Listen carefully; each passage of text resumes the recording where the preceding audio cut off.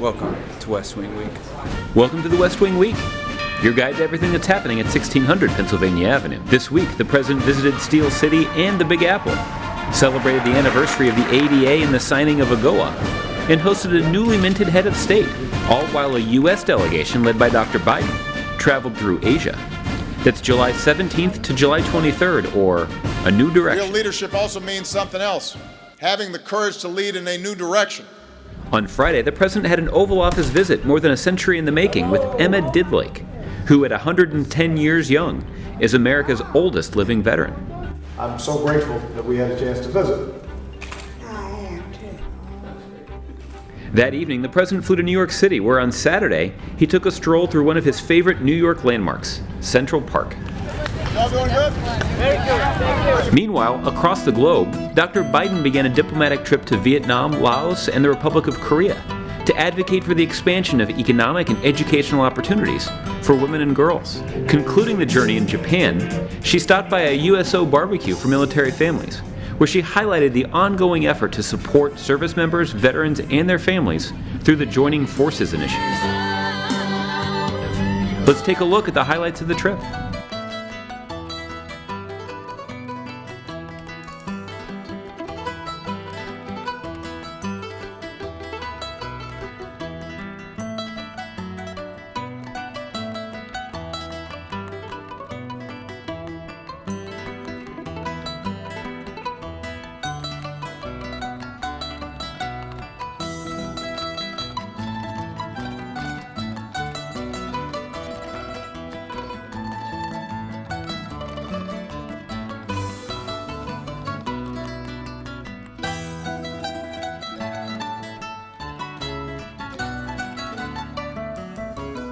On Monday morning, President Obama hosted President Buhari, the newly elected president of Nigeria.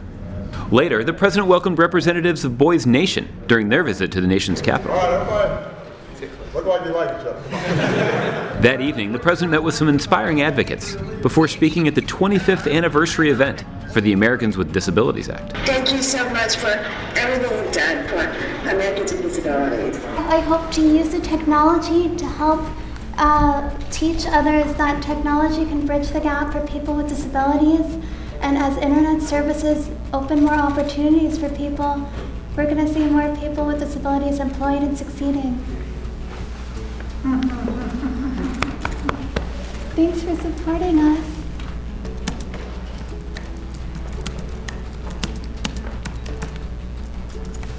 I prefer real hugs to type hugs. Millions of Americans with disabilities have had the chance to develop their talents and make their unique contributions to the world. And thanks to them, America is stronger and more vibrant. It is a better country because of the ADA. That's what this law has achieved. On Tuesday morning, the president took off for Pittsburgh, where he addressed the 116th National Convention of the Veterans of Foreign Wars. Instead of chest beating that rejects even the idea of talking to our adversaries, which sometimes sounds good in sound bites but accomplishes nothing, we're seeing that strong and principled diplomacy can give hope of actually resolving a problem peacefully. And then, the president was back for another bite at the Big Apple, this time for his final appearance on The Daily Show with Jon I Stewart. feel like this is one of those lines I should dance through or something. We don't want you to go, man.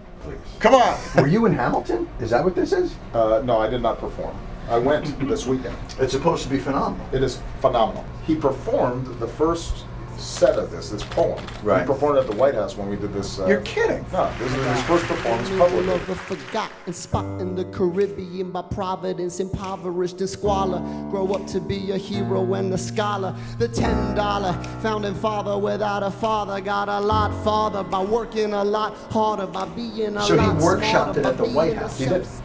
Is that now going to be a thing instead I of think I opening should in get one of the Connecticut and Tonys. thing? I think that's probably That's right. my Meanwhile, in cyberspace, the White House launched 2 new digital tools to advocate for the recently announced deal with Iran, which would prevent that nation from obtaining a nuclear weapon.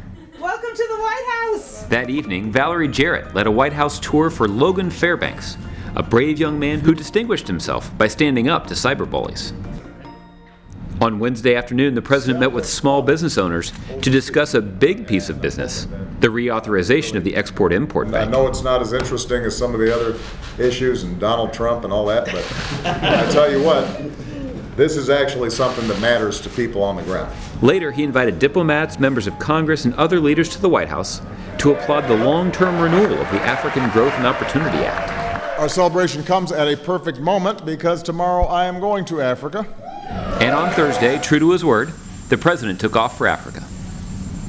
So stay engaged with us online, and remember, you can find out more information about any of these topics and see complete videos of these events at whitehouse.gov. Thanks so much for checking out this edition of your West Wing Week.